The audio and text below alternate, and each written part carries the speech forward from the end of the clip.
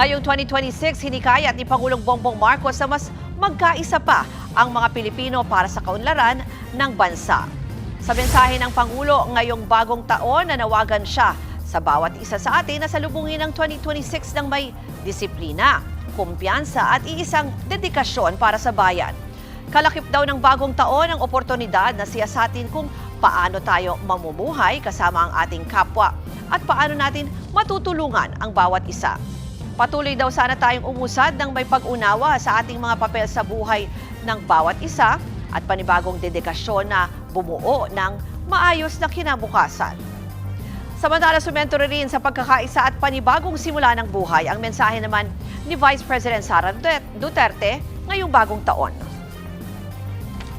Sa pagsalubong natin sa 2026, iwaksi na natin ang anumang pag-aalinlangan at takot.